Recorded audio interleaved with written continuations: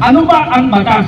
Noong panahon, nung ako'y nasa active service, kami yung nakikita niyo yung mga pulis at sundalo sa paligid natin, kami yung naghaharang. Kasi nga noon panahon, ng ibang panahon, before Marcos administration, ang kalaban natin ay Partido Komunista NPA. Ngayon, bumaliktad na ngayon ang panahon. Ang mga nagsisigaw dito, pulis at sundalo, retired. At ako na ang isang retired army at may kasama akong police general na kasama ko rin dito ngayon. Bakit kami ang nagsasalita ngayon dito? May problema ang ating gobyerno. Makinig kayo sa akin, sasabihin sa inyo. Dahil ako, kasulay ko noon. Pero bakit narito ako ngayon sa harap ng palasugin gobernador? Dahil nandito ang simula ng gulo ng Pilipinas. Palasugin gobernador, ako ay isang military retired. May mali nangyari sa atin. May mali nangyari sa ating bansa. Kaya dapat tayo Pilipino, kumilos tayo sa tama. Saan ba nanggagaling ang batas? Saan nanggagaling? May batas ba kung may batas ba kung walang tao? Wala po. Ha? Wala. Eh sino ang batas ngayon? Taong bayan. Ang taong bayan. Okay, makinig kayo ha. Atty. Garcia, makinig ka. Ha? Ang batas ay taong bayan. At dito ang taong bayan. Nasa taas. Ang konstitusyon nasa baba. Ha? Ang taong bayan ay narito sa taas. So therefore, we are the sovereign power.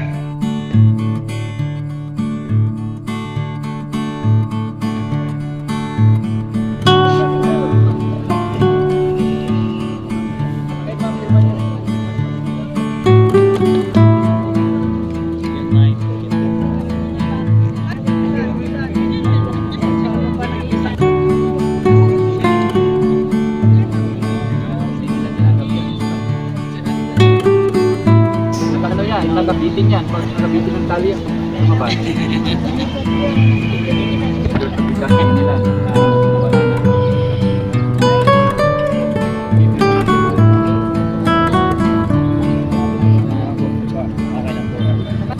Historical to gagawin natin. Historical to nangyari ito.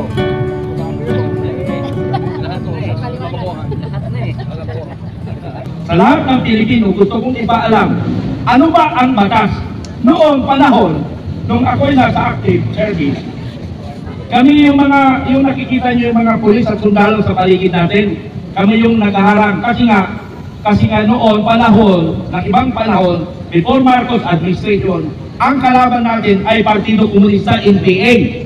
Ngayon, bumaliktad na ngayon ang panahon. Ang mga nagsisigaw dito, pulis at sundalo, retired.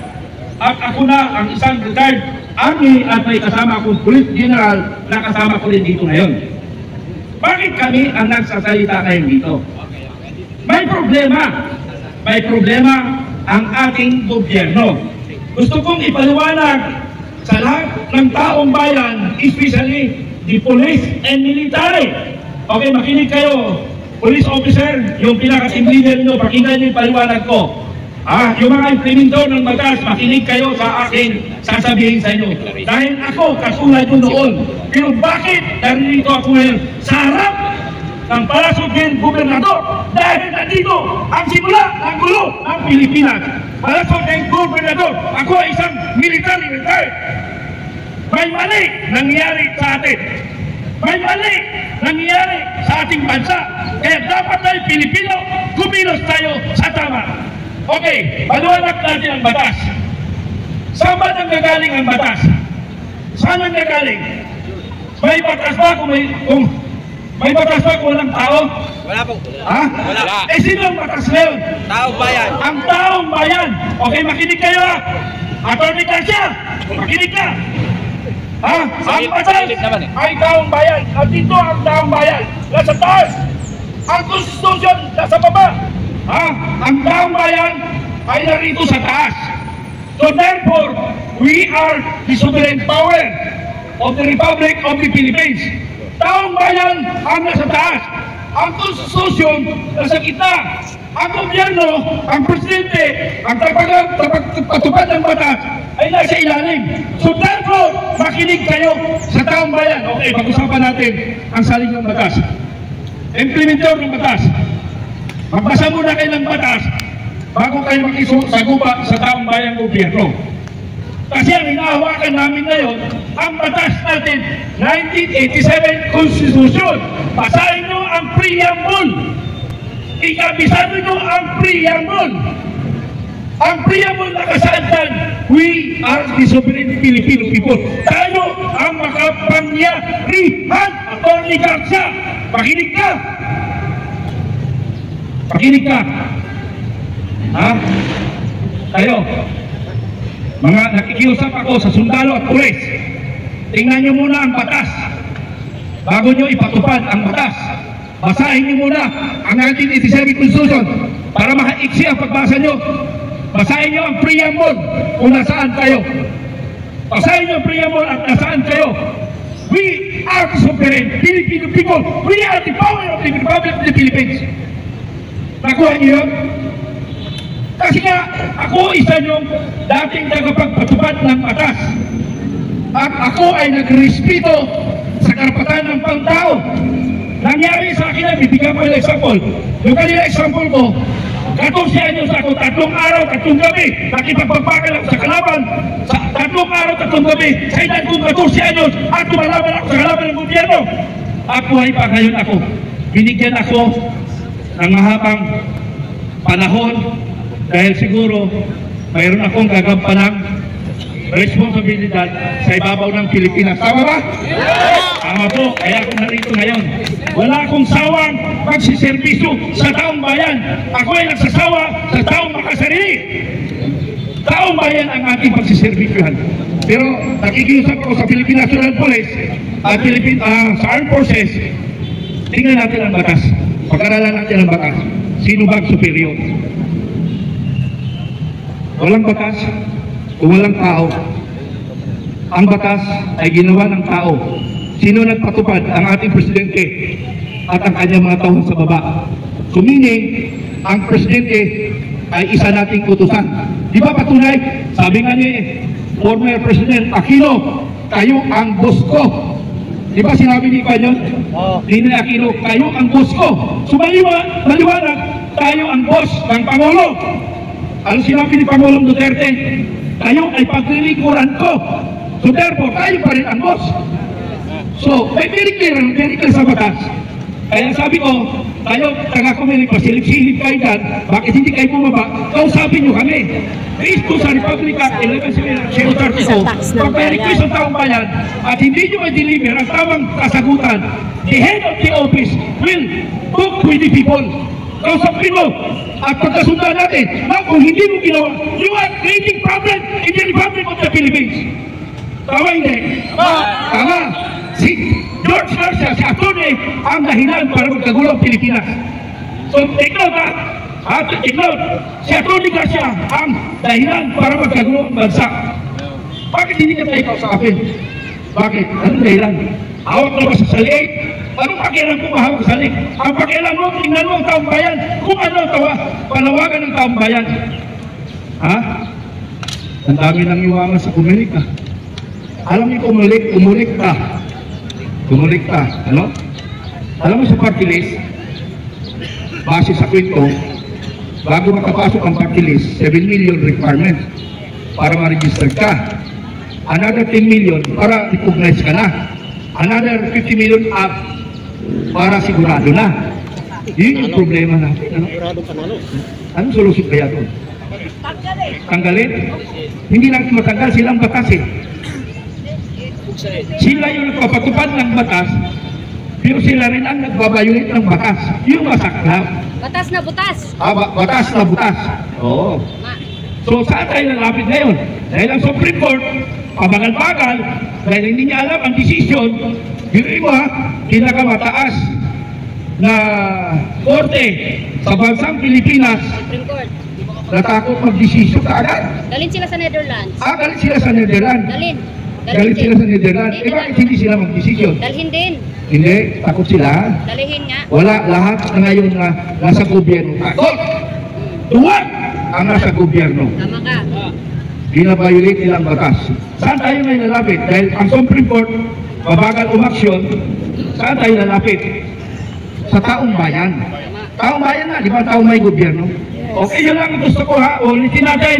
Attorney George Garcia, ang ating power, ayan o, maliwanag o, sovereign justice system, ha? Ang taong bayan, ang makapangyarihan sa Pilipinas, base sa 1987 Constitution.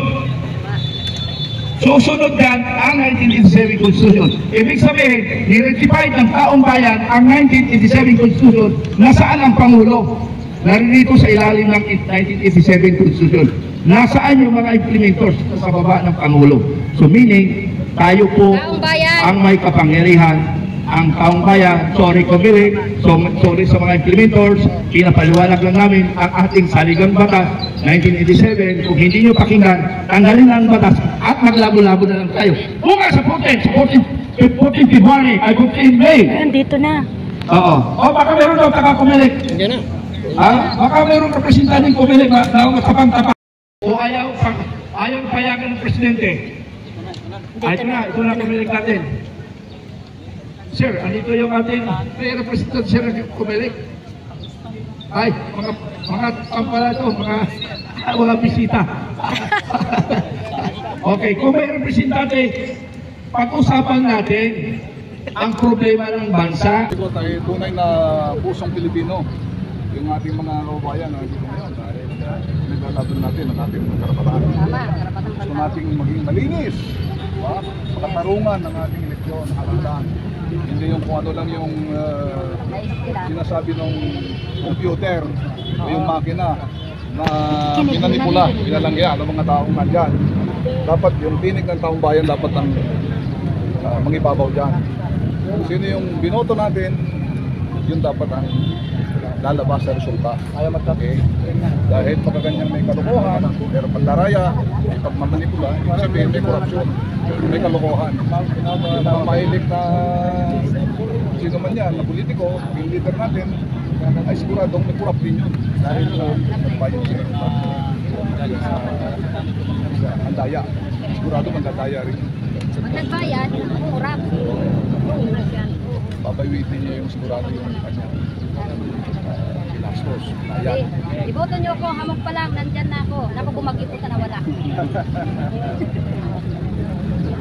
So General, pagkakataon na dito, nagtatanong ko kayo, ano ba yung sa impeachment? Yung laban din natin sa harap. Impeachment! Huwag muna natin pag-usapan yung impeachment dito dahil ito ay isang people's initiative para sa malinis at transparent, malinis, makatarungan na eleksyon. Wala muna tayong pag-usapang politika dito dahil itong mga grupo na nandito ay magkakaibang politika, magkakaibang grupo, magkakaibang religion, magkakaibang paniniwala. Pero dahil gusto nating malinis, makatarungan ng eleksyon, ng halalan, tayo ay nagsama-sama para dito sa advocacy na ito. Hindi dahil kung ano mang politika o religion. So, saka natin pag-usapan ng politika. Okay. Sir, talking about sa online voting, what's your opinion about that? Ito nga yung ating hindi na tayo nag-aapila sa Comelec. Hindi na tayo nakikiusap. Inuutosan ng Comelec ng taong bayan na dapat ayusin, ipaliwanag nila, ipakita nila na malinis at maayos ang ating halalan para maiwasan natin yung gulo. Ayaw natin ang gulo, ayaw natin karahasan, kaya dapat malinis. Pagka hindi malinis yan, kita mo naman, yung mga taong bayan galit na. Ayaw nilang yung iba talagang iba nang iniisip pagka talagang nadaya, kaya dapat iwasan natin yung karahasan para sa isang malinis at katarungan eleksyon.